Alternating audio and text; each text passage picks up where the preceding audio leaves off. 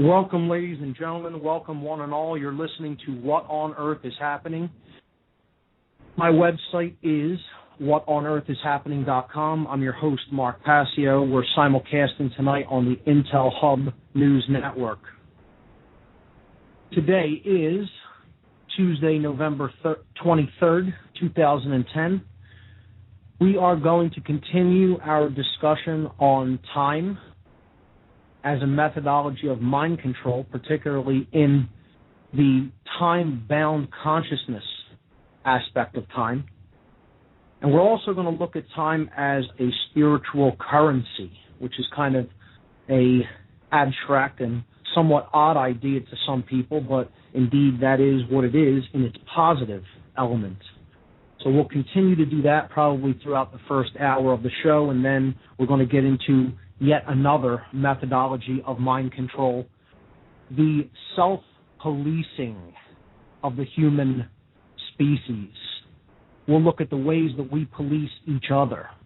I call this the denial, hassle, ridicule factor, the DHR factor. These three self-policing methods go hand in hand with each other, so we'll be talking about that probably in the second hour of the show.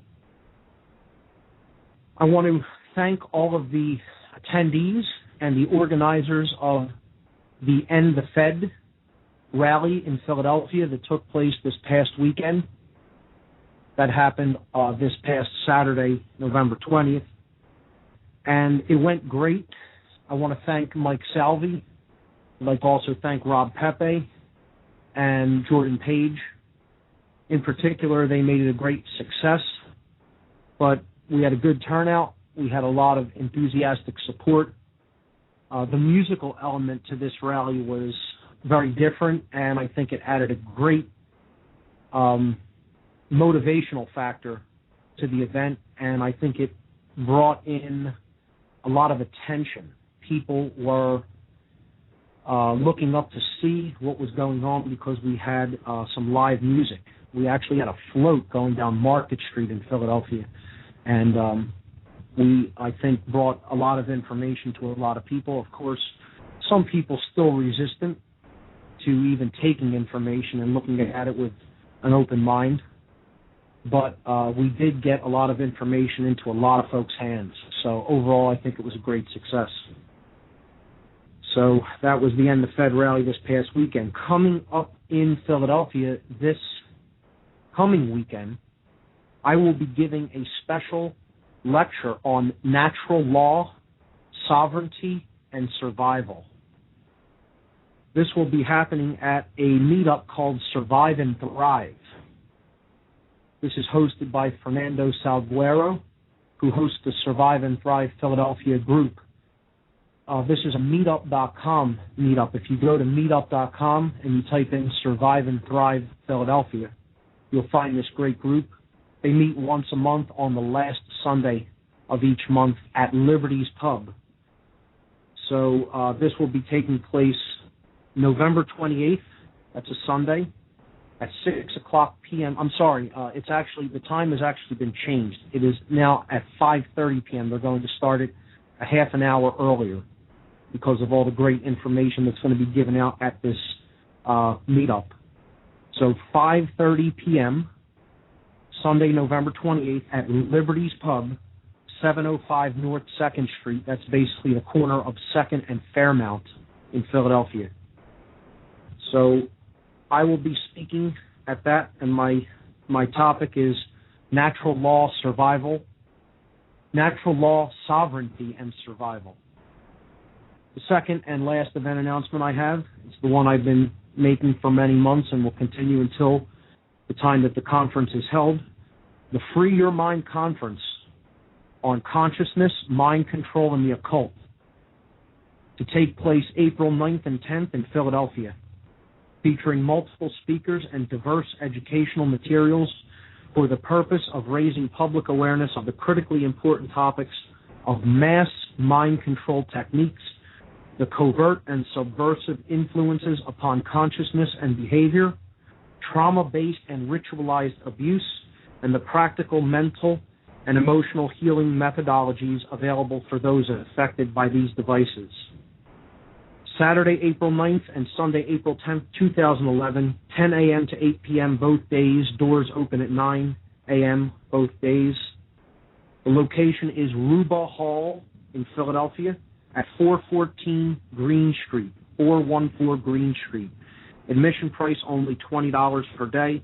Confirmed speakers Aaron McCollum, Alfred Weber, Andrew Basiago, Bob Tuskin, Farah Yerdozu, John Irvin, John Nicholson, Larkin Rose, Laura Magdalene Eisenhower, Mark Matika, Mark Passio, Mel Fabregas, Michael Kelly, and Suzanne Taylor. Once again, that's the Free Your Mind Conference, a conference on consciousness, mind control, and the occult. For more information, please visit the website www.freeyourmindconference.com. I'd like to now give the call-in numbers for this show, the call-in numbers. We're broadcasting on two different networks this evening, TalkShoe and Blog Talk. So if you'd like to call in, there's two call-in numbers. The first for the TalkShoe network, 724-444-7444. Once again, the call-in number, 724-444-7444. The call ID number that you will be prompted for is 83515. If you'd like to call into the Blog Talk network, the call-in number there is 646-727-3387. Once again, the Blog Talk call-in number, 646-727-3387. So, last week, we were analyzing methodology of manipulation of the mind, number 10, in our ongoing exploration of the techniques of mind control. We agreed that we would outline 14 total methodologies, and coming up tonight, we're going to continue to look at number 10 and then go into number 11. And I will probably be taking a break from these techniques for a week, and I'll be having a guest on the show next week. I'll post more information about that on my website, so you can check that out at whatonearthishappening.com and get information on the radio page about the guest that will be coming up next week. However, probably after next week, in a couple of weeks, we'll be beginning to take a look at what I call the three big guns of mind control, the three favorite methodologies. And this will take us into probably as many weeks of exploration as we have already done on mind control to get through these three techniques, because I'm really going to open up and expand on these topics even more extensively than I have done in my presentation. And in doing so, as I told people last week, this will act as a subtle form of initiation into different occult philosophies. And again, people shouldn't be concerned about that or worried and thinking this is something that is bad or negative. Occult, as we have said many times on this show, simply means hidden knowledge, and it is ultimately hidden knowledge about ourselves and our psychological makeup and motivations. If you keep that knowledge hidden from people, if you are so inclined, you can wield that knowledge and information as a weapon against people, and that is, in fact, what is being done. The only solution to this is enough education about this hidden knowledge, bringing it forward into the light of day so that it is no longer hidden. And when people become acutely aware of this information, they can basically no longer be manipulated by it, because they have brought it to the conscious level of awareness. And that's what this show is all about, awareness and coming to a higher level of it. So starting 2 weeks from now, we will be exploring deeply the occult, and we will be starting that process or initiating it by looking at what religion really is. Over the next few weeks, we'll be looking at religion as astrotheology. We'll be breaking down different religious traditions in both the exoteric or astrotheological form, and then we will look at the esoteric, underlying meanings that are revealed only to initiates of mystery traditions, which are what religions are, I guess you could say, fallen versions of. After that, we will be looking at symbology. And again, this will cross over a lot because symbology plays into religion so much that it will be pretty much impossible to talk about it without looking at some of the symbolic language that is encoded into religion. Finally, we'll be looking at what I call chaos sorcery, which is essentially the Hegelian dialectic enacted upon a mass scale, on a grand stage. This is the biggest ritual that the occult ever trots out into public and actually basically wields a human sacrifice ritual or some other form of mass ritual magic right out in the open for all to see. And this is done to instill fear into the psyche of the human population so that they will give their rights away willingly to the hidden covert manipulators that plan these events all along. So we'll look at that as well, and then we'll transition from the stage of this show that looks at the dark into the part that puts forward the light. And we'll be getting into deep solution-based thinking.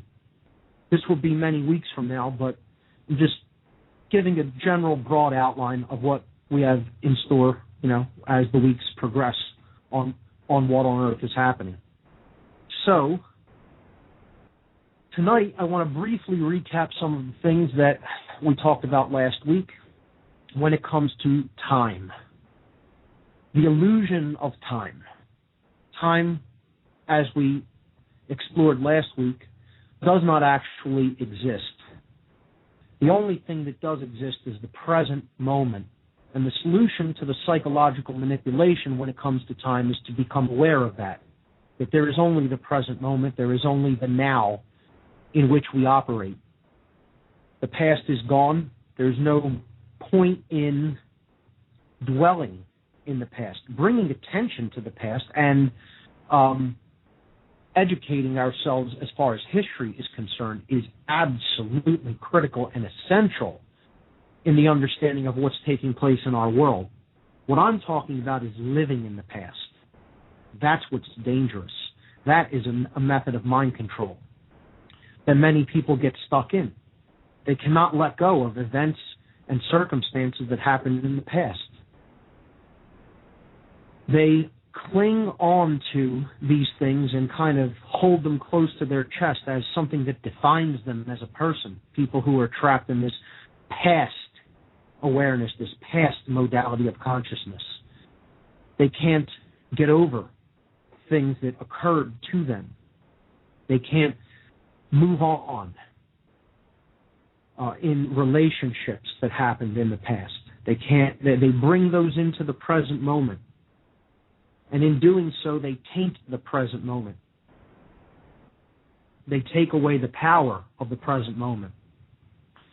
People do the same thing when projecting their consciousness into the future. That's a powerful tool that human beings have. We can look at trends that have already taken place, and based upon those trends, we can extrapolate what the future may bring. But to get trapped in future awareness, future consciousness, I guess you could say, or lack thereof, as the case may be, can be very dangerous. Because then we're living in anxiety over the future rather than actually living in the present moment. So the present moment and present moment awareness is really the solution to this time-bound form of consciousness. And that's what we essentially talked about last week on the show. We also started talking about timekeeping methods and how these are all based in physical modalities of consciousness. They're based on the consciousness being trapped in not only time-bound awareness, but material modes of thinking. And this is done by basing all of the cycles of time that we use, or the units of time that we use, in a physical expression of basing them upon units that are broken down based upon the physical movements of objects in the solar system, essentially heavenly bodies. That's what we essentially use for time keeping. And this roots our consciousness in material-only thinking, materiality. We look at time as based in money. Time is money. That's an expression that is often used. We say we don't have enough time. That's basing time as a quantity rather than a quality. Okay? There is such a thing as time as currency, however, and that's what we're going to talk a little bit about tonight. When people say time is money, they're talking about the fake form of money. We talked about this when we talked about money a few weeks back on this show. And essentially, what we want to look at tonight is time as real money, as real currency, the currency of spirit. There is such a thing, and we want to look at how time acts in this capacity.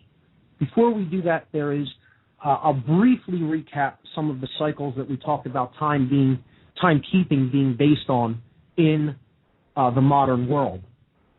We saw that time is connected to astrotheology, and this is kind of a prelude to talking about religion as astrotheology. This is because the astrotheological cults of the ancient world are basically broken up into three main groupings.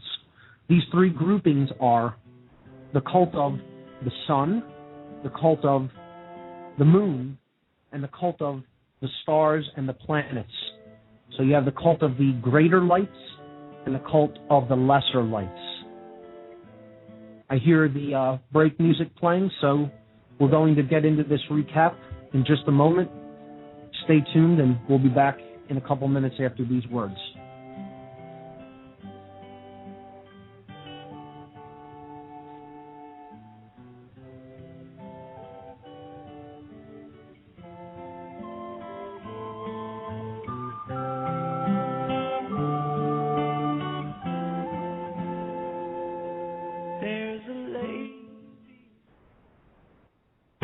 Did you ever wish that you could have done something while you still had the chance?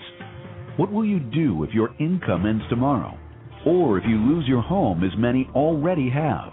Do you have enough money to survive through an economic depression? If you don't want to gamble with your future, then FreeToProsper.com can help you quickly end your debt problems, protect your property and possessions, and develop a personal strategy to get you through the hard times. Most importantly, you get to keep your money and not pay another cent to creditors. Our program is often superior to bankruptcy, consolidation, or settlement.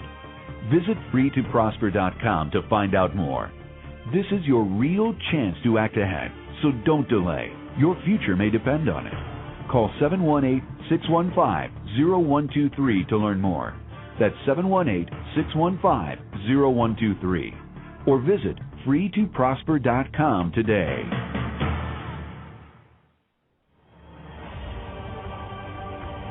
In a world where corrupt oppressors and oligarchs have seized control of the populations, total tyranny is amongst us. The burden of humanity rests on our shoulders. The only way out is to expose the global crime syndicate known as the New World Order. Together, we are all one. Together, we are Intel soldiers. The battle for free humanity ensues. Join us in the fight. TheIntelHub.com. Secure your future. Get your non-hybrid seed pack now. With the looming economic crisis, food shortages, and other toxic disasters, now is the time to be ready. Just click on the Heirloom Organics banner at the top of our Blog Talk Radio page today. Secure your future and the future of your family in hard times. Heirloom Organic Seeds.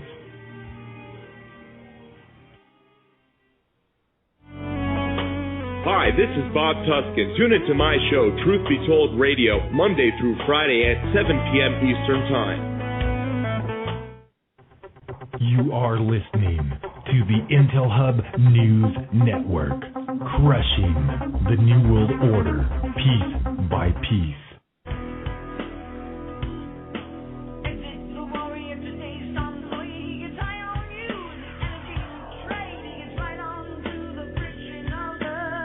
Welcome back to What on Earth is Happening with Mark PASSIO.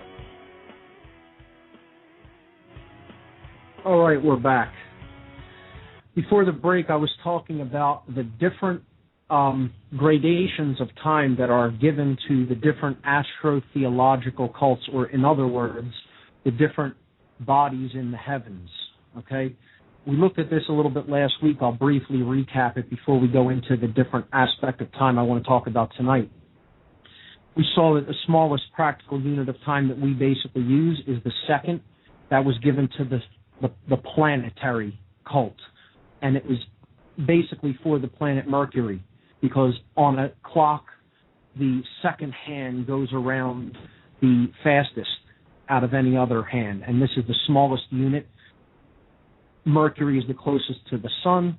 It goes around faster in its orbit in its revolution around the sun than any other planet. This is the second object in the solar system, Mercury. I put in a visual aid for this up on my website. Every week the show is podcasted, and you can click on the podcast tab and get related images for any given show. So this was show number 34 last week. This week is show 35. You could check out the images that are related with that show up on the site. The next great astro-theological cult of the ancient world is given to one of the gods of the heavens, is the moon cult. So the minute hand, which is the next gradation of time upward, is given to the moon. Min is a Phoenician word that means moon. That's what the moon was called in that culture. So the minute is associated with the moon. Above that, we have the word hour, and that's the next gradation of time as we progress upward in the unit of length. So that's given to the sun cult, and it is named after Horus.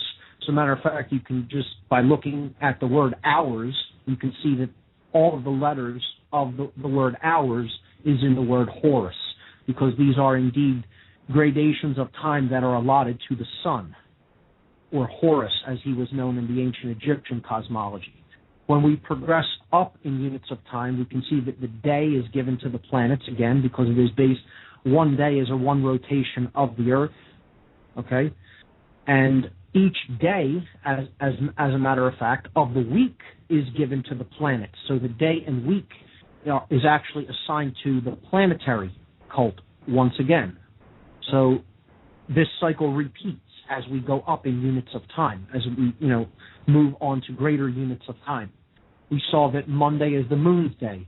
Tuesday in French language is Mardi, and that is Mars's day. In the Norse tradition, the god that represented war was also, that is akin to Mars in the Roman tradition. His name was Tu, T-I-W. So this is Tu's day. Wednesday in the French language is Mercredi, and that is Mercury's day. Mercury is associated with the Greek Hermes and the Egyptian Thoth. Okay, this is the creator god. In the Norse tradition, the creator god, one of them was Odin, and this is also assigned to Odin, Wednesday. So we move to Thursday. We saw that in the French that's jeudi. That is, in the Norse tradition, Thor's day. Okay? That is given to the planet Jupiter, who was associated with the god Thor in the Norse tradition. And Jupiter was his name in the Roman tradition. Friday is Venus's day. It is named after the goddess Venus. In the French, we see it is Vendredi. In the Norse tradition, which is where the name for Friday comes from, this goddess was referred to as Freya or Freya. Okay? Saturday and Sunday are very obvious. The names are right in the words. Saturday, Saturn's day, and Sunday, the sun's day. Okay, so we move on to the next gradation of time past the day and week. We get to the month. Of course, we talked about this as the moon because it is given to the moons. It is given to the moon, the period of the month. It is based upon the periodicity of the moon, the lunation, as it is known.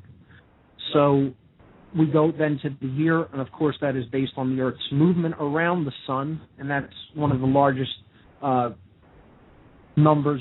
units of time that we work with on a practical level. Of course, we have the decade, the century, the millennium, and then there's something bigger than that.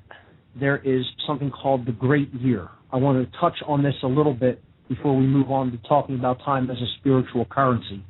The Great Year, or the Platonic Year, it was named after Plato, who kind of came up, or not really came up with it. This has been around a lot longer than when Plato lived, but it is named after him because he basically, I guess, brought it out to the public and popularized it and wrote about it.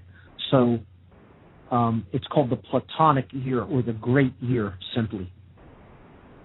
This is known scientifically as the precession of the equinoxes, and I'll post probably a slide or two about this in the podcast for this show. The precession is due to the Earth's tilt upon its axis with relation to its orbit around the sun. Okay? It is tilted at a 23.5 degree axis with respect to its orbital path around the sun. Now, that's not what causes the precession. Okay? You have to understand that in order to understand the precession. And what causes it is entirely different, maybe an entirely different thing altogether, which I don't know if we'll get into tonight, because it's debated what causes the precession of the equinoxes. I want to help people to understand from an astronomical point of view simply what this is basically referring to. Over a very great amount of time, the pole of the Earth begins to point toward a different location in the heavens, and it slowly makes a wobble. Okay, now, I am not claiming that the Earth's axis is actually tracing a circle. I'm simply saying that there is a frame of reference at work that visually makes us see that the axis of the Earth slowly drifts, okay, in a counterclockwise circle, and the pole star slowly changes. Okay, what stars the northern pole of the Earth points at slowly changes through this vast amount of time. And the amount of time is approximately 25,000 years that it takes the Earth's axis, and let's just basically say the northern axis of rotation that we observe, that the Earth is basically making this rotational spin around, okay? For it to make one complete circle to go back to the same star or general vicinity of stars that it began at takes approximately 25,000 years. Different people give different numbers for that, but as a general average, approximately 25,000 years for this great cycle, this one great precession of the equinoxes, or great year, to take place. The reason it is called a precession of the equinoxes is because the constellation that the equinox sun, the spring equinox sun, rises in slowly changes about one time. It changes constellations approximately every 2,100 years, a little bit over 2,100 years, okay? And that is what this measurement generally is referring to. It refers to every 2,100 years or so, the spring equinox moves backwards through the zodiacal houses. So it is not a procession through them. It is a precession. It moves counterclockwise through the zodiacal houses as the Earth's rotation moves counterclockwise around the pole star. Okay? So the reference frame does not necessarily need to be the actual wobble of the Earth, the planet Earth itself. I do not particularly...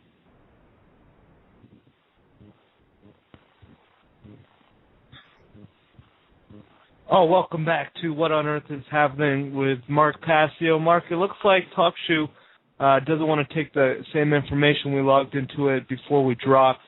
I don't know how much we dropped off of Blog Talk Radio, but we're back from our break on our Blog Talk feed. If you have any thing I can do to hook us up back to your other feed, let me know off the air here and type it to me. If not, we'll just hopefully continue with our feed with Blog Talk Radio. No problem. Bob, it looks like the call was ended on TalkShoe since the call dropped out there on Skype. I could try to make a new call in TalkShoe and start that up while I'm talking. So I'll try to do that. And we could pick it up during the next break or whatever. So I apologize for the continued tech problems, but let's take a look at where we had left off. So I was talking about the precession of the equinoxes and how this is related to what's known as the Great Year in it's called the Great Year or the Platonic Year in astronomy, and this is what the ages are based upon. The term called ages represents the time period when the sun on the equinox, the spring equinox, rises in a particular constellation of the zodiac. So there are 12 zodiacal constellations. They are Aries, Taurus, Gemini, Cancer, Leo, Virgo, Libra, Scorpio, Sagittarius, Capricorn, Aquarius, and Pisces. The ages, as they are related to the precession of the equinoxes, okay, are actually form, these constellations form a great timekeeping system, which we refer to as the Great Year or the Platonic Year. And that cycle of the sun as it rises in the equinox, in the spring equinox, in each of these houses, okay, for it to precess through all 12 zodiacal houses, and it does this, again, counterclockwise or backwards, okay, in the order I just mentioned them, backwards from the order that I just mentioned them. This cycle, or Great Year, takes approximately 25,000 years. So, if the sun is rising in, let's say, the house of Virgo, what this means, okay, is that if you look at the rising of the sun on the horizon at dawn, okay, behind the sun, visually, the constellation that is there is said to be the house that the sun is currently ruling in during that age. So right now the sun is ruling in the house of Pisces for approximately 2,100 years. If you go out and look at where the sun rises on the equinox, it would be coming up in the house of Pisces. So slowly, over a 2,100-year period, the visual, the zodiacal house that visually appears behind the rising sun at the spring equinox changes very slowly over time, and it precesses backwards through the zodiacal houses in a counterclockwise fashion. So, as I said, right now, the sun is in Pisces.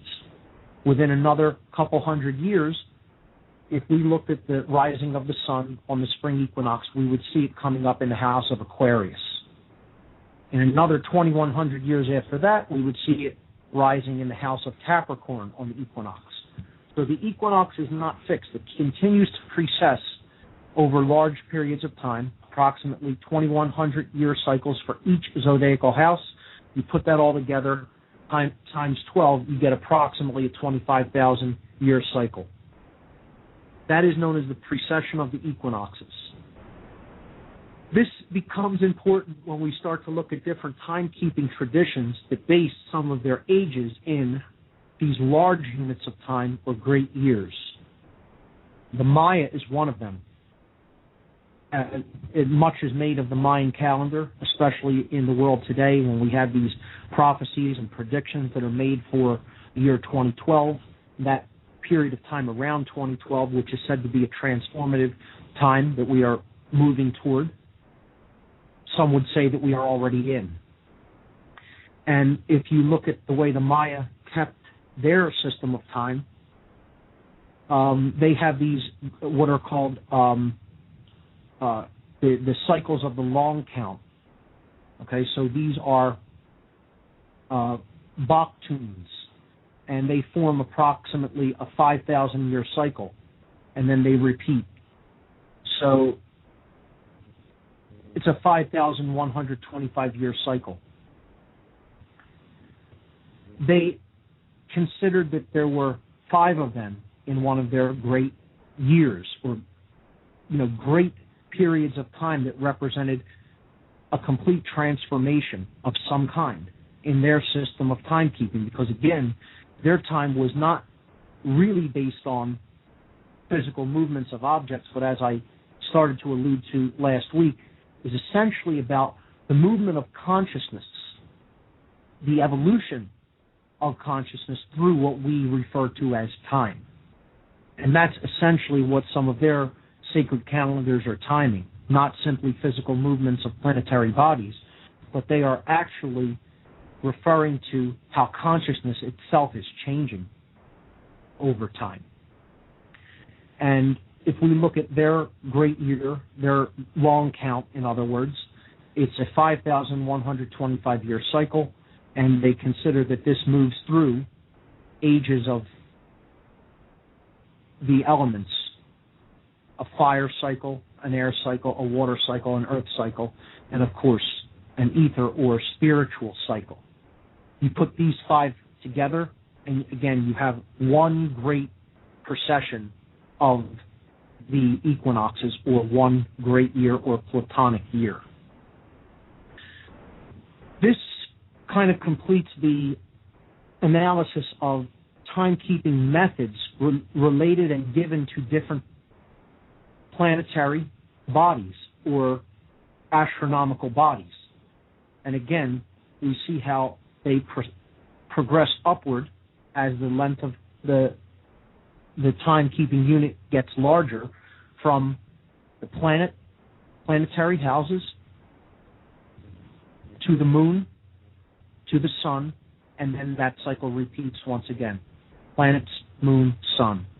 Okay? Aside from that explanation of the precession, and you can look at that, I'll probably post a movie that's related to that, because that will make it a little bit clearer to help understand that. There's a really great documentary called The Great Year that kind of explores this movement, and it also looks at what this what the actual cause for this may be beyond a wobble of the Earth on its own axis of rotation. I tend to not concur with that theory, And I do think there is another reference frame of motion at work. And this movie, The Great Year, kind of explores that a little bit. And I may, if I can find a copy of it floating out there on the net, post that to my podcast section for this week. So, it looks like we are probably only going to be able to take calls on Blog Talk. For those who are listening on that network, the call-in number is 646-727-3387. Sorry, I can't get the talk show up and running right now. But if you want to call into the show, call in on Blog Talk. And that number is, once again, 646-727-3387. I want to shift gears a little bit now on time and talk about time as a currency, a spiritual currency. Again, we talk about, I don't have the time, time is money, but let's talk about how we spend our time, okay? We talked about the fake form of money when we talked about money on the show as also being an illusion, being named after the one eye, Mon eye. Money symbolically being presented as something that is representative of balance and nature and love energy, and it is none of those things. This is all sold to us as a proxy for the real form of money, the true spiritual vision, the one eye, okay? And basically what we want to look at tonight is time as a form of true money, not fake money, not associated with the fake money, but again, this is an abstract idea. Time as something that we pay or spend. Okay, I've said before that there are two basic forms of spiritual currency, one being time and the other being attention. And we say, the expressions that we use are that we spend our time doing what we're doing and we pay attention to different things. And depending on how we use that currency, we will receive different results for the spending or paying of it. So if we pay attention to certain things, we will get certain things as a result. If we spend our time doing certain things, we will get certain things in our lives as a result. They will become manifested. So how we focus our attention will get us one thing, and how we spend our time will get us a specific manifestation in our experience of reality.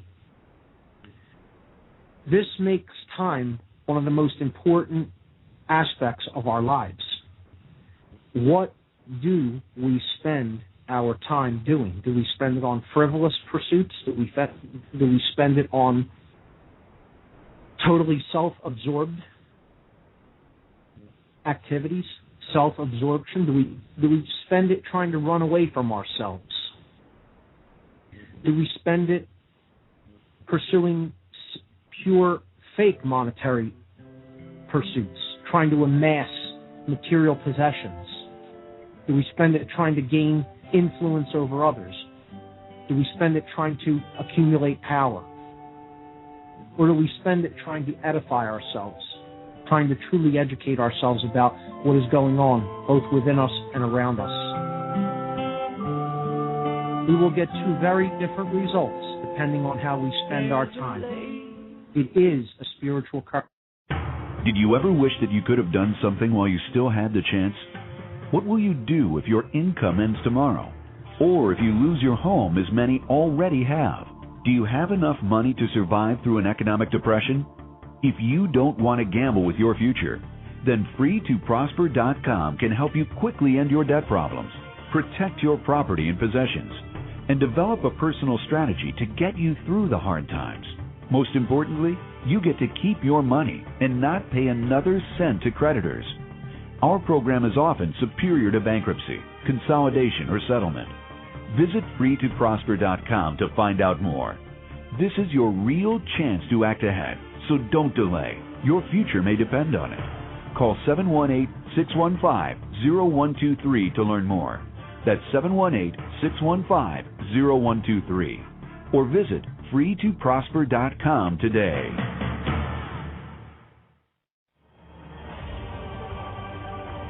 In a world where corrupt oppressors and oligarchs have seized control of the populations, total tyranny is amongst us. The burden of humanity rests on our shoulders. The only way out is to expose the global crime syndicate known as the New World Order. Together, we are all one. Together, we are Intel soldiers. The battle for free humanity ensues. Join us in the fight. TheIntelHub.com. Secure your future. Get your non-hybrid seed pack now. With the looming economic crisis, food shortages, and other toxic disasters, now is the time to be ready. Just click on the Heirloom Organics banner at the top of our Blog Talk Radio page today. Secure your future and the future of your family in hard times. Heirloom Organic Seeds.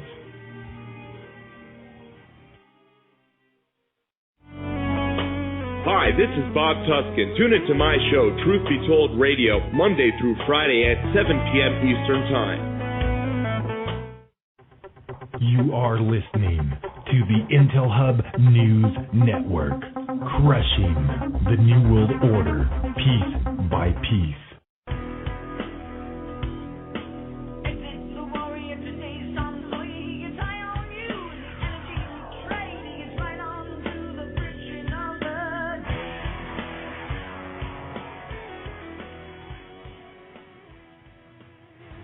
All right, we're back on What on Earth is Happening. We were talking about time as a spiritual currency. Based upon what we spend our time doing, we will get a very different result in our life. We spend it doing certain things will manifest. We spend it trying to just focus on materialism, not really educating ourselves as regards to our psyche, as regards to the aspects of consciousness and self.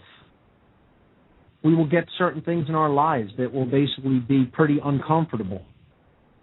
If we do spend it edifying ourselves, educating ourselves about what's really important in life, we do spending it understanding true moral values, we do spend it in pursuit of truth, then very different things will manifest in our lives, and we would see that our lives would flow more effortlessly, and suffering would dissipate, particularly self-imposed suffering, which is what we're drowning in right now in our world.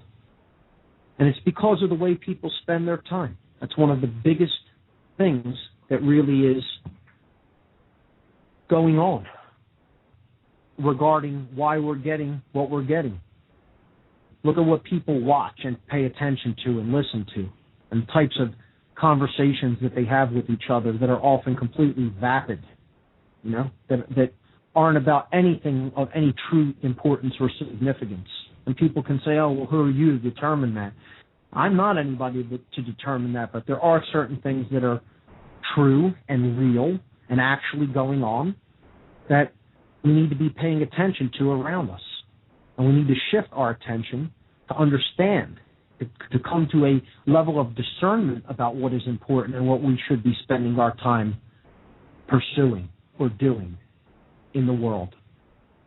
We don't do that, as I said, we're going to continue to suffer, and we're going to be getting results that we really do not want in our lives.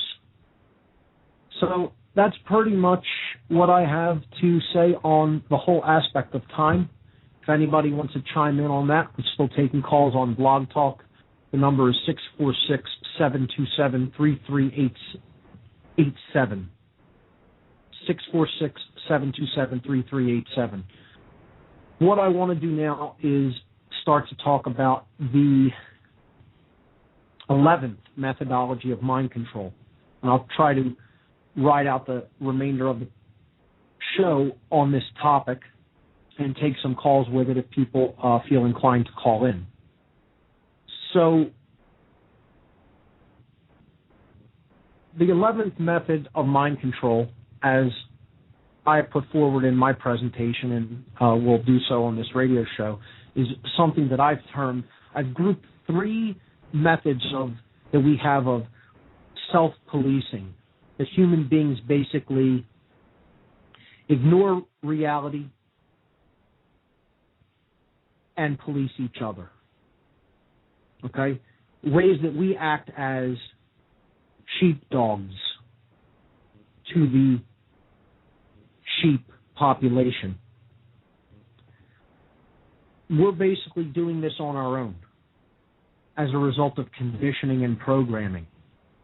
We don't even need people to, pressure us into this or force us into this. These are ways that we are imprisoning ourselves of our own volition, giving up our own free will, and saying, we don't even need a master to be whipping us or beating us or locking us up in cages or trying to kill us. We'll do that for the master. Okay, all the different ways that we just basically enslave ourselves. And we try to keep the truth suppressed. We try to keep each other's spirits suppressed. In other words, it's the idea that, I'm in a cage, I'm in a prison, I'm in a mental prison, and a physical one at that, and definitely a spiritual one, whether that's recognized at a conscious level or not.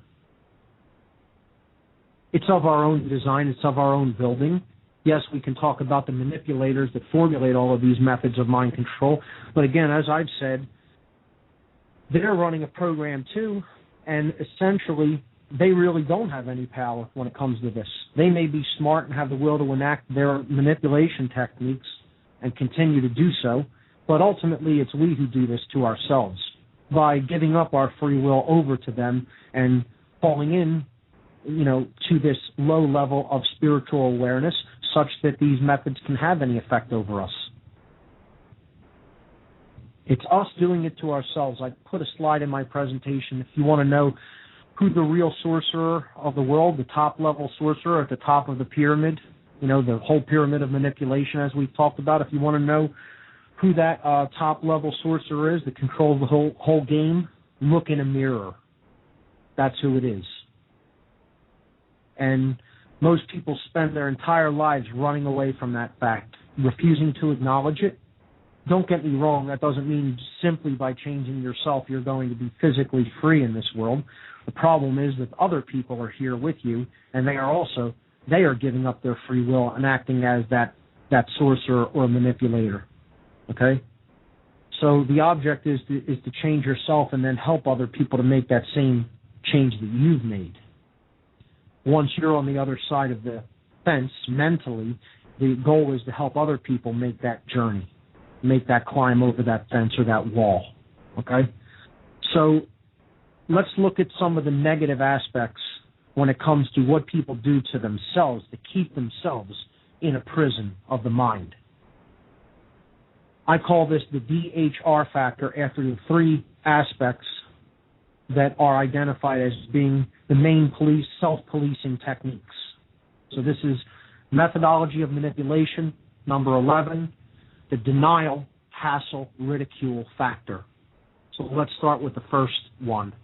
And boy, is there a whole lot of this in the world, and it continues to be one of the strongest factors toward the suppression of the truth and the suppression of what is really taking place on this planet, and that is denial, psychological denial. What denial is basically a psychological illness. When an organism that has the ability to think comes under such great stress and attack and suffering that it becomes too mentally, emotionally, psychologically painful for them to acknowledge the condition that they are in, they go into a psychological condition known as denial.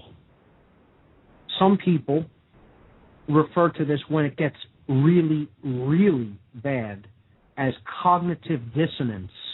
Cognitive dissonance, meaning that the ability to actually cognize one's surroundings and circumstances becomes in such disarray that the person is basically lying to themselves about the condition that they are in. And this is done as a defense mechanism. Denial in general, and cognitive dissonance in particular, is a defense mechanism of the human psyche.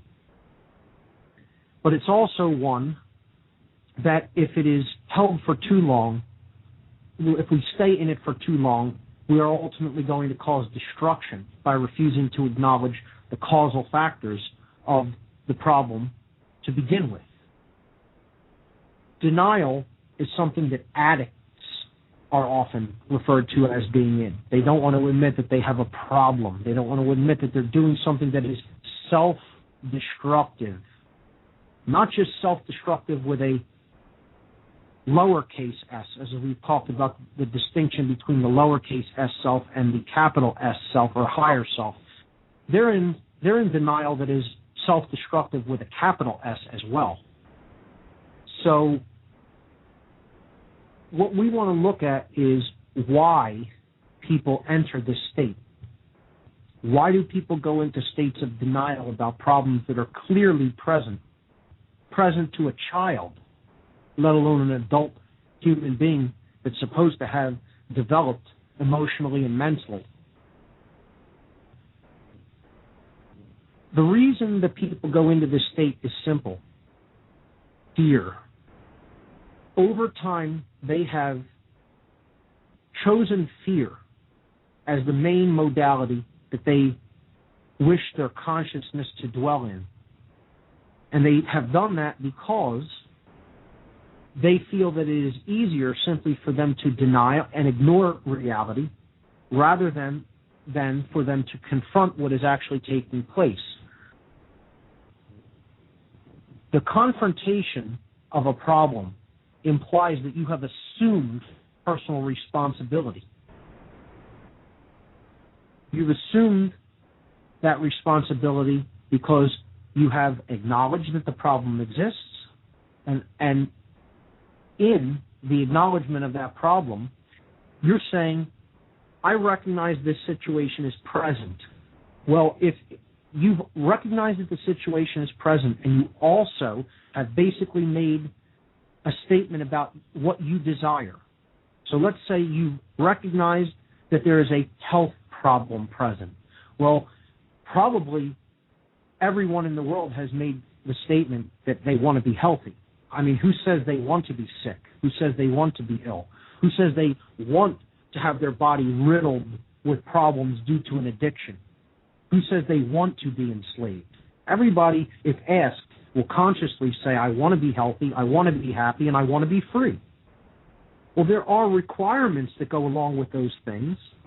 And if we are doing the opposite of those things, we are taking steps that are the causal factors for creating the opposite of those conditions. So if we're taking steps that are the cause of disease, are the cause of illness, are the cause of enslavement, the only thing that we really can do to reverse those conditions are to assume personal responsibility by first acknowledging the problem is present, acknowledging the causal factors of those problems, and then taking responsibility into one's hands by saying, I am ultimately responsible, and we, in a wider sense, humanity is ultimately responsible for these problems, and then taking the measures to reverse them. And that means not adding the same polarity that created them. Again, Einstein said no problem can ever be solved by the same level of consciousness that created it. Well, if fear created the problem, fear can never undo it. That means that you can never undo any problem that exists through denial. Denial is based in ignorance, which is based in fear. not wanting to look at the truth, the outward refusal, the willing refusal of the truth. And that will become self-destructive every time. The solution is in consciousness that is expansive, which, again, we have called love. What that does is bring the desire to seek truth, and that's what dissipates denial or the willing refusal to look at truth.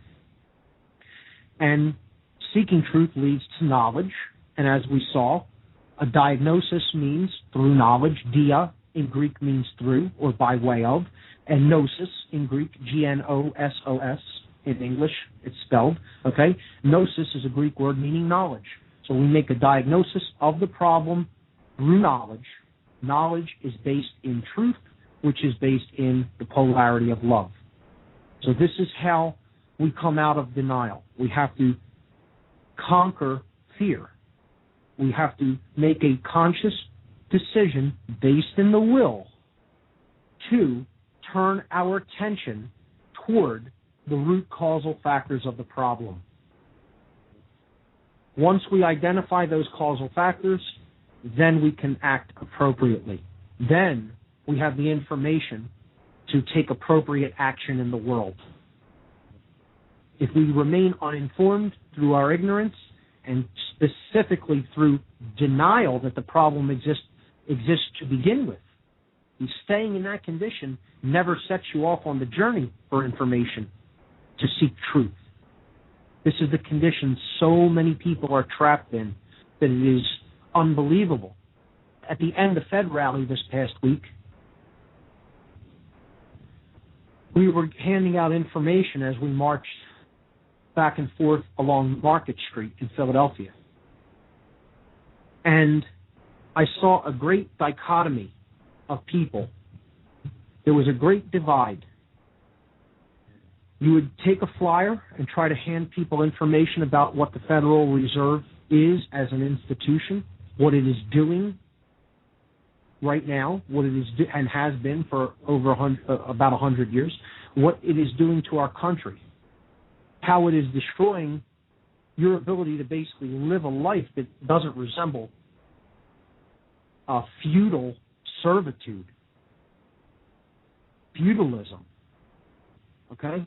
We're basically giving very basic single-page info sheets to people, third of a page, half a page, and just asking them to just take a look. Here's some basic info about the Fed, and you could do more research on your own. That's all it was about. Nonpartisan. This isn't left or right. That's an illusion. This isn't Republican or Democrat. That's an illusion. All this was about is giving basic information to people that would hopefully encourage them to do some research on their own about a corrupt and immoral institution. Well, you saw a great division between people in how they would respond toward either taking or not taking this information. What you saw in people, or at least what I saw in people, I'll speak for myself when it comes to this. Perhaps someone else can, chime in on it who may have been there. When we look at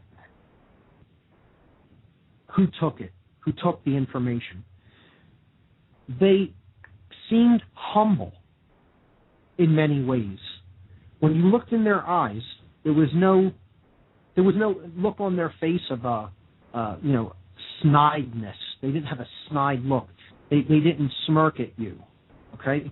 They looked at you, and their kind of attitude was, well, why would you be out, doing this,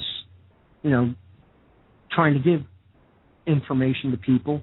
There was a curiosity there. That's the main word. They had curiosity. And then they would take the information from you in a humble way. In other words, it seemed like what they were acknowledging is that they didn't know what this was about. They didn't have a preconceived notion of what it was about. They simply saw us coming down the street, said, oh, I don't know what this is about. Somebody's handing me a flyer with some basic information on it. I'll take it, and I'll check it out, and I'll find out what it's about.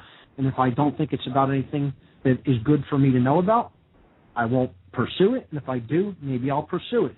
But essentially, what I sensed was a general humbleness from the people who took the information. They didn't think they knew it all. They thought there was something that they could learn. Whether they felt that it was valuable or not remained to be seen, but they at least knew, I don't know what this is all about.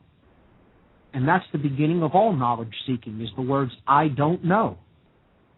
I've said that many times on this show in the past. The beginning of all knowledge is basically admitting to yourself that you do not have knowledge and that you want to set off in search of it. So three of the most powerful words you can ever speak is, I don't know. Because that sets you off on a journey for the truth. So this seemed to be a smaller percentage of people. You know, I would say maybe 10 to 20% of the people on the street. Now, for the great majority, it was the other way around. There was a disdain for information, a disdain for learning something new or knowledge, and that is always based in fear. The people who refused to even take a flyer from your hand to see what it was about seemed very snide. They seemed to ridicule what was taking place without any knowledge about it. They seemed to think they already knew what it was all about. And I will almost guarantee you, hardly any of them knew a thing about the Fed. Okay? So they seemed to think that this was either a completely conservative, right-wing Republican thing, or that it was a completely leftist, socialist, Democrat-leaning endeavor. These are people who are still trapped in the left-right paradigm. And they seem to think they already had it all figured out, and that there was nothing that could be brought to their attention that they didn't already know. I hear the music. That's another break coming up. This is What on Earth is Happening. I'm your host, Mark Passio. We'll be back in a couple of moments.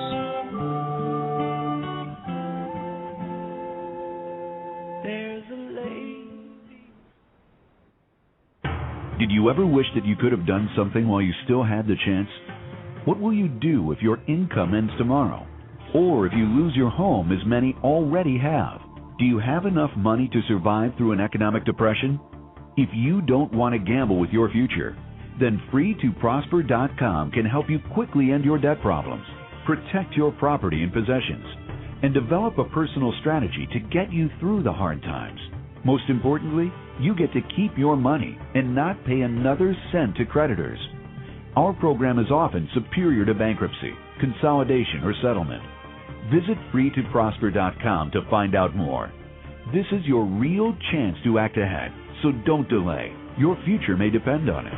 Call 718-615-0123 to learn more. That's 718-615-0123. Or visit FreeToProsper.com today.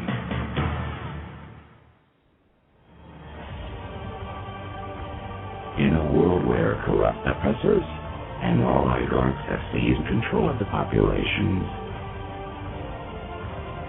total tyranny is amongst us.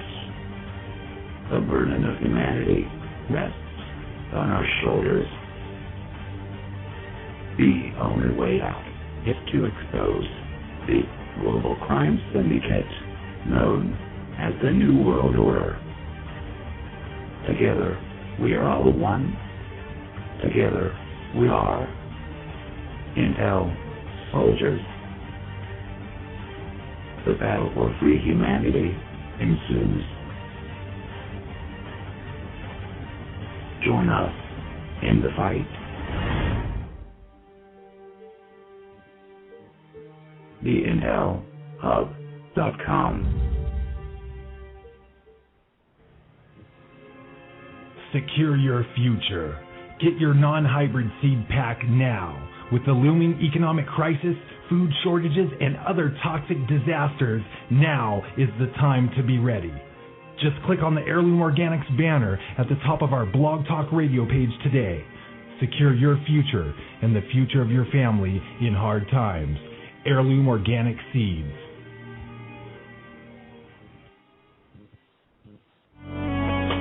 Hi, this is Bob Tuskin. Tune into my show, Truth Be Told Radio, Monday through Friday at 7 p.m. Eastern Time. You are listening to the Intel Hub News Network, crushing the New World Order piece by piece.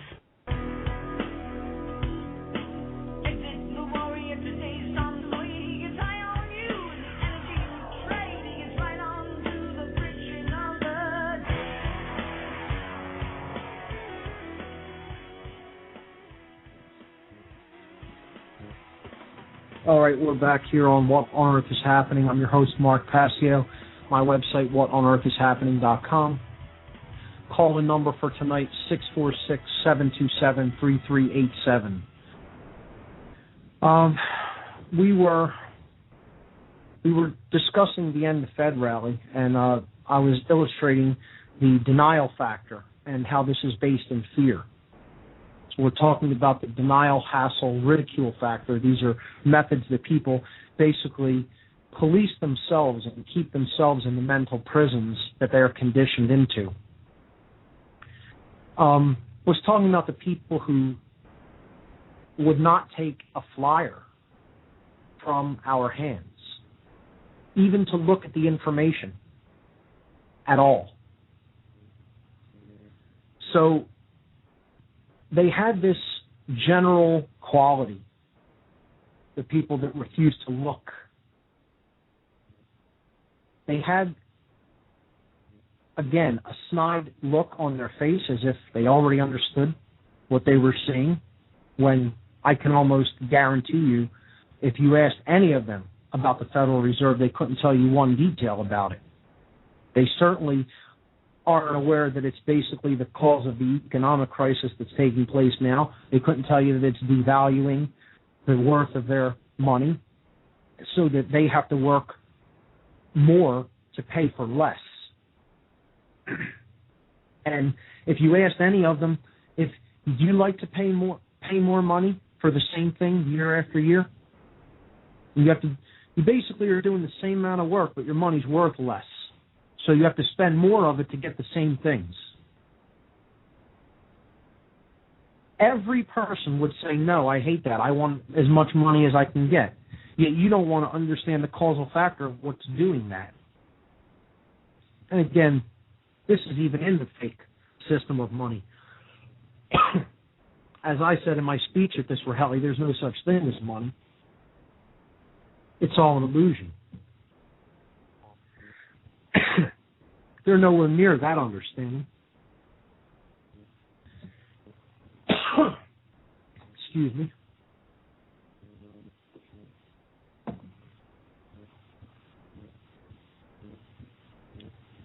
Take a drink of water there. So it was as if the people who wouldn't take it were in such denial that there was anything that they could possibly come to know that wasn't already in their repertoire of knowledge. They know everything there is to know that could possibly be of any influence in their life or could possibly affect their life for the positive or the negative, that it isn't necessary for me to take information. The other thing that I sensed is that they feel anybody who is saying that they don't like something or protesting against practices that are taking place, that's some form of it's invalid.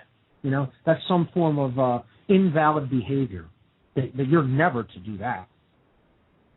The idea that you can never be against something.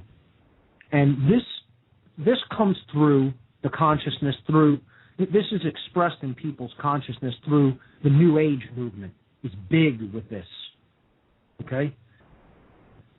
The New Age movement, in its negative aspect, again, we've talked about this before on the show as controlled opposition. there are some good things in the philosophies, some of the philosophies of aspects of the New Age movement, but largely it's there to stop people from becoming active. That's what the greatest bulk of New Agers are all about. They think they're going to meditate their way to peace on earth, and I got news for you, it's not going to happen that way.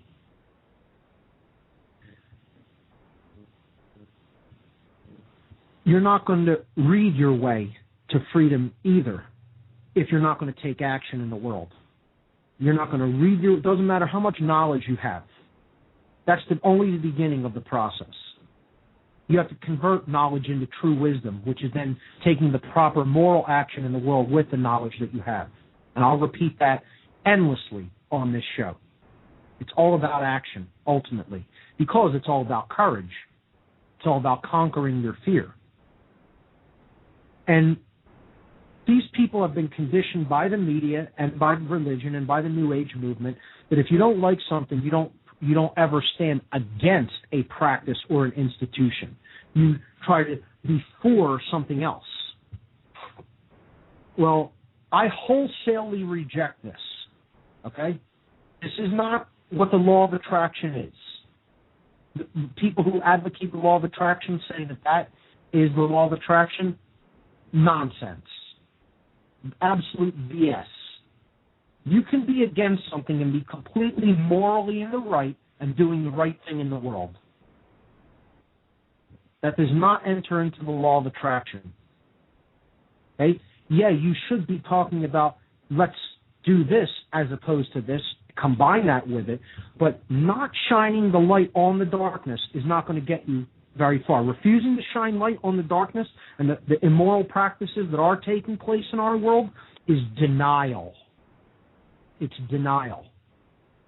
And so many people are trapped in this state of consciousness. And again, politics, the New Age movement, religion, these are all things that are pushing people toward that state of inactivity, of right-brained imbalance. Too much of the passive modality and not enough active or sacred masculine modality of consciousness, which is right action in the world.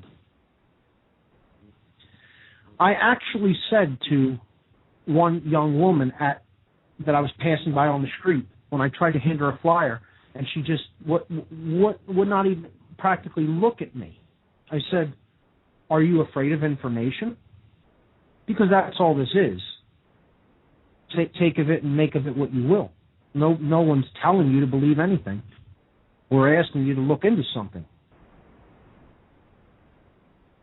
And she said, yeah, I'm afraid of new information. I already, I don't want anything new brought to my attention. Admitted that, actually said that. And my response simply was, that's why you will be going deeper into enslavement. People who think like that think there's nothing new I can learn, I don't need to look at anything else, and most of all, are in fear of looking at anything else, are causing their own enslavement by that modality of consciousness. That combined with not taking action in the world, and you can't really take action unless you inform yourself properly, or you can, but you're going to basically be, getting completely chaotic results, which is why we have the chaos that we do in our world, because most people are uninformed. But absolutely outrightly admitting, I'm in fear of new information, doesn't want to look at anything, willingly wants to remain ignorant, running headlong into her own enslavement. Truly unbelievable.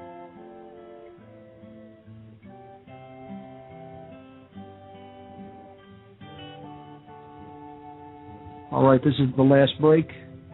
We'll be back right after this.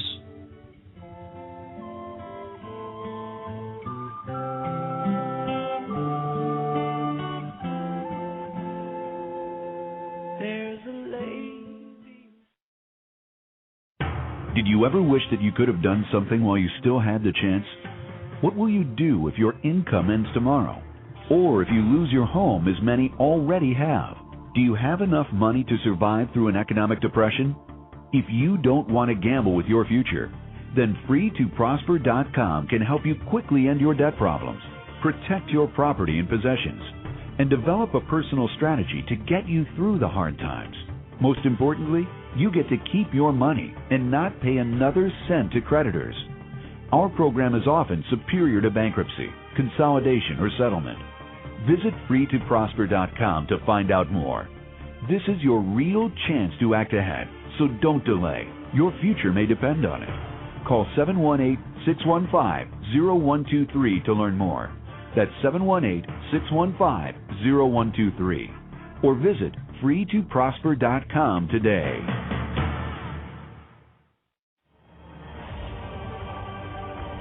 In a world where corrupt oppressors and oligarchs have seized control of the populations, total tyranny is amongst us. The burden of humanity rests on our shoulders. The only way out is to expose the global crime syndicate known as the New World Order. Together, we are all one. Together, we are Intel soldiers. The battle for free humanity ensues. Join us in the fight. TheIntelHub.com. Secure your future. Get your non-hybrid seed pack now. With the looming economic crisis, food shortages, and other toxic disasters, now is the time to be ready. Just click on the Heirloom Organics banner at the top of our Blog Talk Radio page today. Secure your future and the future of your family in hard times. Heirloom Organic Seeds.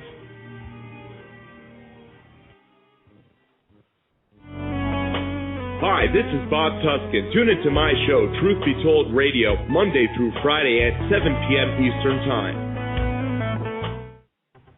You are listening to the Intel Hub News Network, crushing the New World Order piece by piece.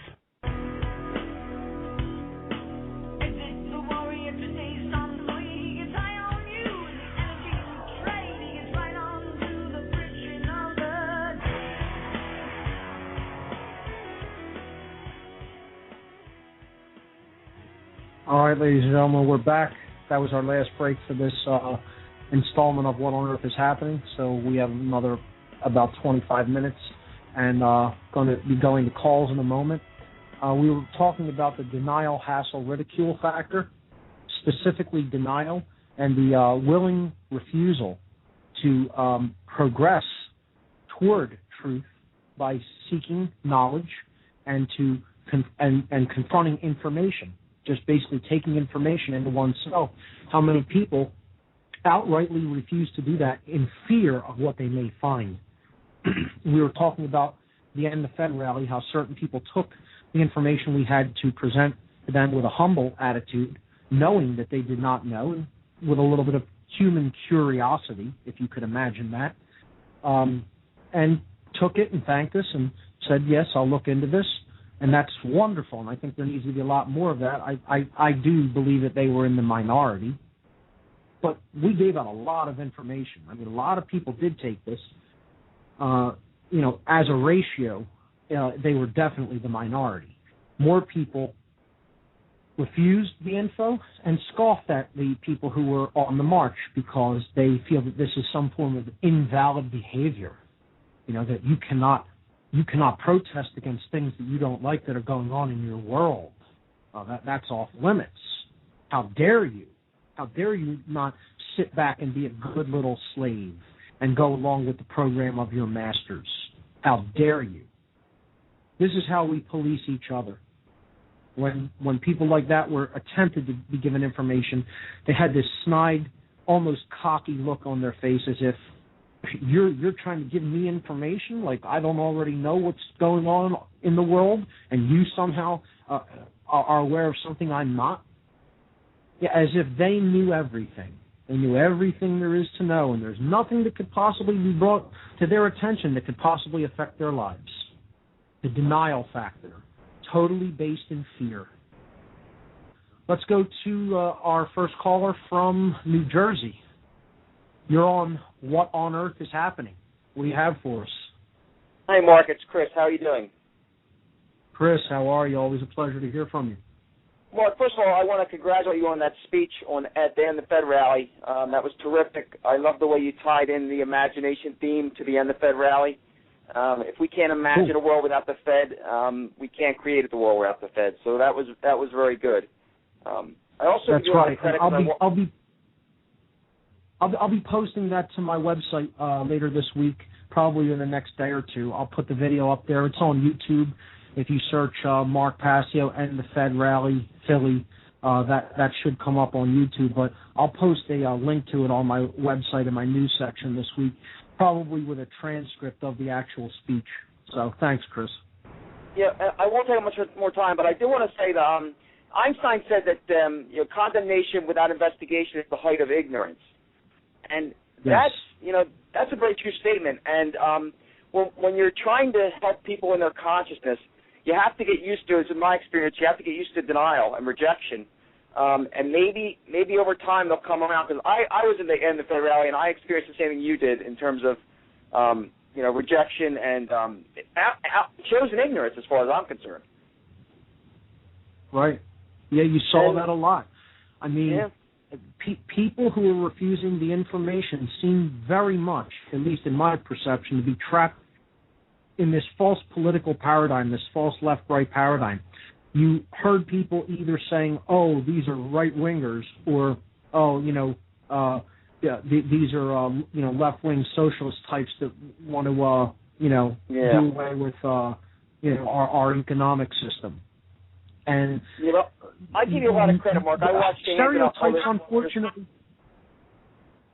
Go ahead, Chris. No, I give you a lot of credit. I watched you handing out those flyers for a long time. You did a great job on that. There weren't a lot of people there, I guess, overall with the End of the Fed rally, but the people who were there were very principled and courageous and trying to help other people, whether they wanted to be helped or not, but not forcibly helping them, just offering a hand and saying, "Here's some information, and maybe if you're interested, go look into it."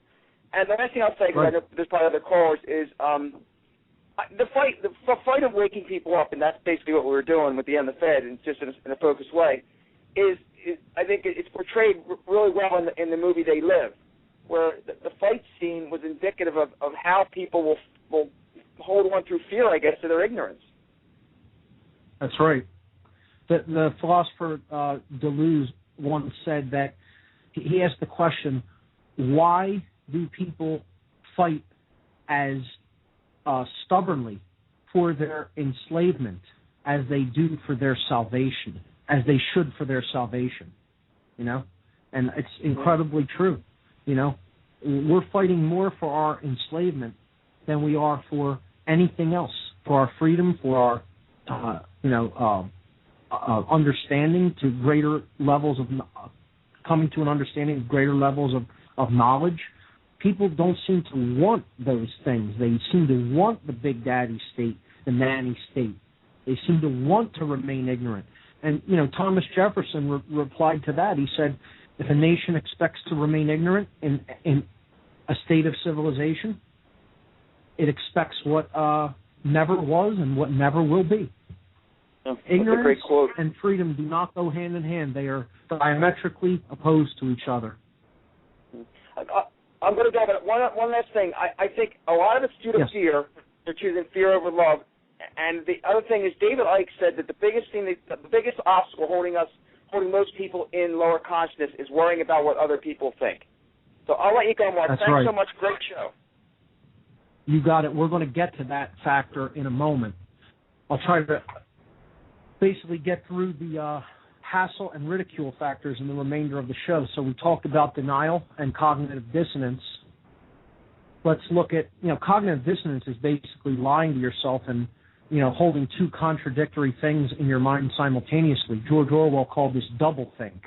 You could believe that black is black and that black is also white. Okay? People who believe that, 9/11 was done by 19 Muslim hijackers when in fact they can see the buildings falling at free fall speed, understanding that Muslim hijackers couldn't possibly have put demolition charges in buildings that came down at the speed of gravity, are in doublethink. They're in cognitive dissonance. Their senses are telling them one thing, but their mind is telling them, since that's impossible, you must accept the alternative to that, which is the official government fairy tale. And they do that willingly, like trained sheep. They just go right along with that programming because the alternative is too horrible to contemplate for them. Fear. Again, I've heard people say, I don't care if the government came out and openly claimed that they killed all of those people deliberately. I would still choose not to believe in it. Imagine that. If people openly admitted that this is what we did, that they said if proof came out and the people who did it were actually acknowledged that they had done it, they would still choose to believe that it was done the way the official story said, because they want to live in that world rather than the one that would actually be have that horrible scenario of insiders and different agencies within the government having done this to their own people. I mean, that's as sick as you can get psychologically as far as I'm concerned. That's willful denial of truth. And for somebody to say they're willing to enter that condition, that's a sick human being. That's like saying, I'm so afraid that 2 + 2 = 4 that I will choose to believe that it equals 5 and live my life accordingly, rather than face the actual truth that it does in fact equal 4. That's how crazy that is. That's totally right-brained imbalance because of fear. As Chris mentioned, I'd like to also say, he mentioned David Icke. I'd like to also say another great thing David Icke brought up is we have to begin our journey and investigation into the truth with a blank sheet of paper. If we bring our preconceived notions to it, the information that we encounter is all going to be colored by that preconceived notion, and we're going to try to squeeze it into a little box. We bring preconceived religious notions to it. Everything that we find in our pursuit of truth has to be squeezed into that box of religion. If we bring our scientific preconceived notions to it, everything that we find in pursuit of truth, no matter how much it goes against that preconceived notion, has to be squeezed into that box. Because that's all of these conditioning factors when it comes to religion or politics or the New Age movement or science or any other form of mind control. That's all they are. They're boxes for consciousness. That's it. It's saying anything that's within this box is valid and anything that's outside of it is off limits for human consumption and consideration. And that's simply not true. The truth is too big to be confined to any system or any box for consciousness. It exists outside that box.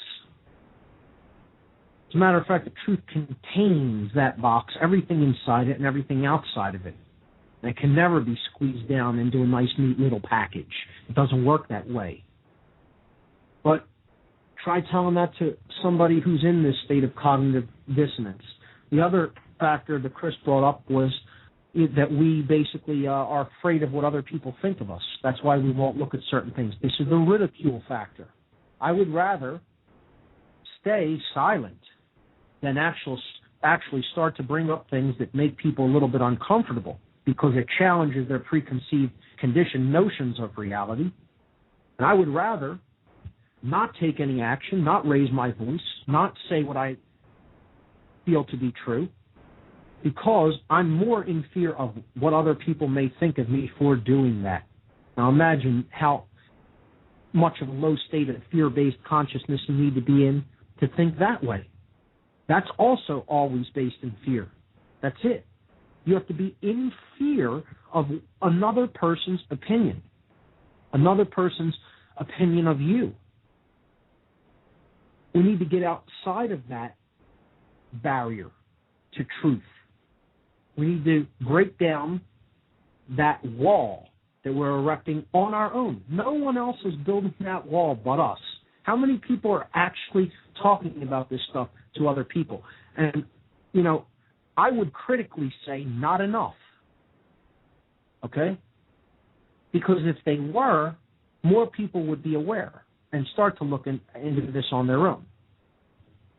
There are many people out there that could be inspired to search for the truth on their own terms, if only more people in their lives would start to bring information of this sort to them by speaking it. I've often said, and I put this in almost every one of my mailings that I send out on my mailing list to people, the truth is spoken into existence. If we are in fear of what other people are going to think about us, we're going to make that stop us from speaking our truth into the world. And therefore, we're also basically helping to build the prison that we're going to have to live in as a result. We need to use our courage to break down that divide, to break down that barrier to speaking the truth.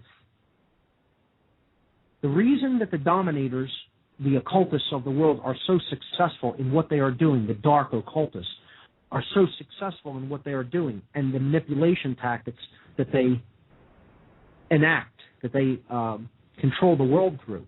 The reason that they're so successful is because they never stop speaking their view of reality into the world. They have a device that does it 24 hours a day. It's called television. And they're constantly telling you their vision of reality and putting that vision into your mind, getting you to live in their fantasy world, in their dream, enact their dream, and make their reality come true. They're telling you a vision. That's why it's called television. That's green language. That's alchemical green language. And most people never see that, never think of it in that term, even though they hear it constantly. They're always using their voice. They're not divided. I said this before. People hate when I bring this up and talk about it. They don't want to hear this, but I'll keep saying it. The reason they're successful and we're not is because they're united and we're not. Largely. There are some of us who are, but nowhere near enough of us are on the same page and doing the same work. And so many of these manipulators are on the same page and doing the same work. They're acting as one overarching mastermind. And because they think, feel, and act in unison, they're getting their desires manifested. Because we are in opposition consciousness and we are not thinking, feeling, and acting in unison, we're not getting what we want. We're not receiving the manifestation of our desires. We need to change more people's minds and hearts through courage and inspiration and knowledge such that they start to speak the reality of what they want to create into existence. And you can't do that until you put your voice out there, and you can't put your voice out there unless you know enough and have enough courage to not care what anybody else thinks about what you're going to put out there. You have to do it because you know it's the right thing to do. And that's why I respect David Icke so much, as Chris mentioned him. I respect him. He's one of the first people I dedicate my presentation series to, because no matter what anybody thought of what that man was saying, he kept saying it because he felt it to be true and right, and he always said, if you don't feel it to be true and right, you leave what you don't feel is right and you take what you will and do with it what you will. He knows that information needs to be shared widely and freely and put out there with no fear. And that's why I have a tremendous amount of respect for his courage. And that's why he's an inspiration to me for what I do. And we need more people in the world like that. Everything about this method of manipulation all has to do with fear. Each one of these things, denial is psychological fear. The ridicule factor, is fear of speaking your truth. And then the hassle factor is fear of taking right action in the world that you know you should be taking. Once you have a certain level of awareness, this is where a lot of people who do know the truth are trapped. See?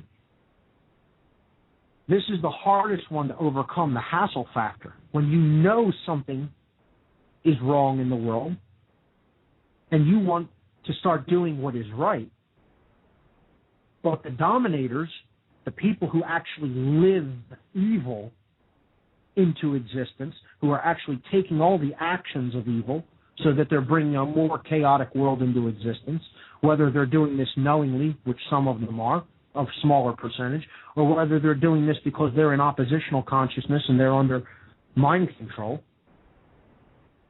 They're trying to stop people from actually doing the right things in life and saying, you can't do this, you can't speak, you can't take this action that you have every right to take. And people sit back, see that they're willing to enact violence upon people for doing certain things that they have every right to do. And people back off because they say, I'm unwilling to deal with that hassle. I want to be in the hassle-free zone. I don't want to have any dealings with the police. I don't want to have any dealings with the government. I don't want to have any dealings with quote-unquote authority figures. All based in fear. People who won't come out to a rally. I know so many people personally that won't come out to an End the Fed rally because they're so afraid of what that might mean. They might be on some list for their activities or what they're promoting. There are special places in hell reserved for people with that kind of fear because they know what's going on. They know. And yet they still choose not to act because of their fear. And guess what? That's the last place I'd ever want to be. That's the last mode of consciousness I would ever want to dwell in. Because that means you have completely abdicated your personal responsibility in a state of awareness of it. All I have to say is woe to people like that. You don't even understand what you're bringing down upon the higher self, your higher self, or if you want to use the term, your soul. And I'll openly say that to somebody. I don't care who they are. If you know and you're not acting, worst place you could possibly ever want to be in or stay in.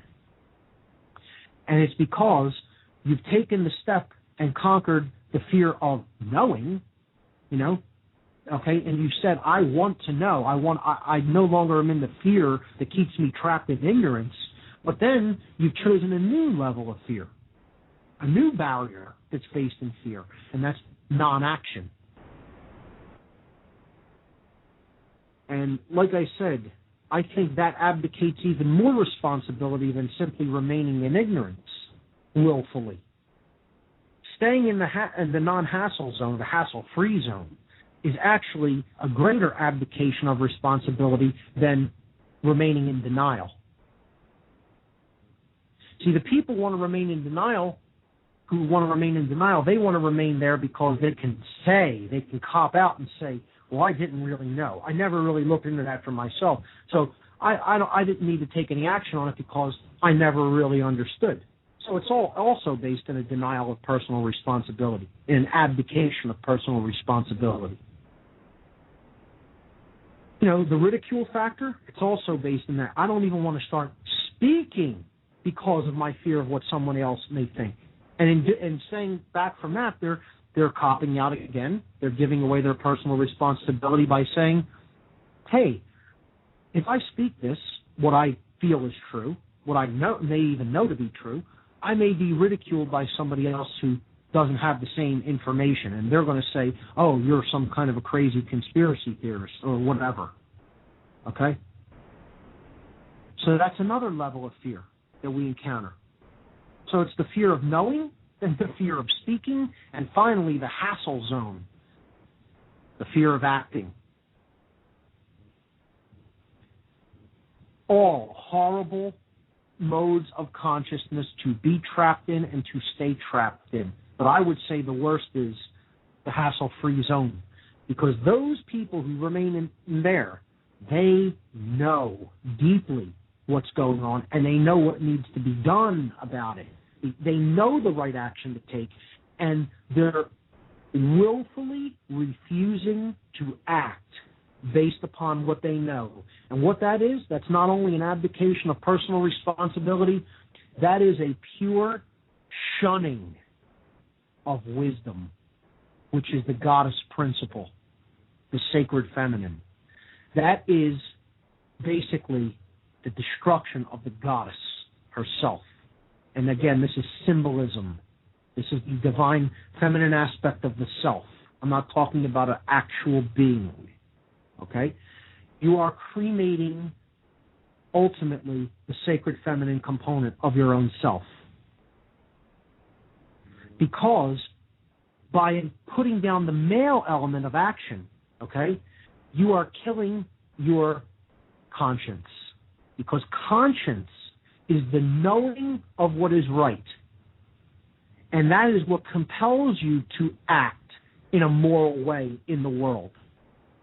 So this is part of what is ritualistically enacted in the cremation of care ceremony at Bohemian Grove each year in the California Redwoods. It's killing care, which is killing the sacred feminine aspect of consciousness, which ultimately results in not taking proper moral action in the world. This ultimately sums it all up. This is what the denial, hassle, ridicule factor is all about. The denial factor is staying in psychological denial, psychological state of refusal to accept truth, even though you can basically see it, even at a conscious level. The hassle factor, the ridicule factor, is all about not speaking your truth into the world for fear of what other people may think of you. And then the hassle factor is all about not taking proper moral action in the world that you know to be the right thing to do. That's all we have time for tonight, folks. I'm Mark Passio. You've been listening to What on Earth is Happening. See you right here next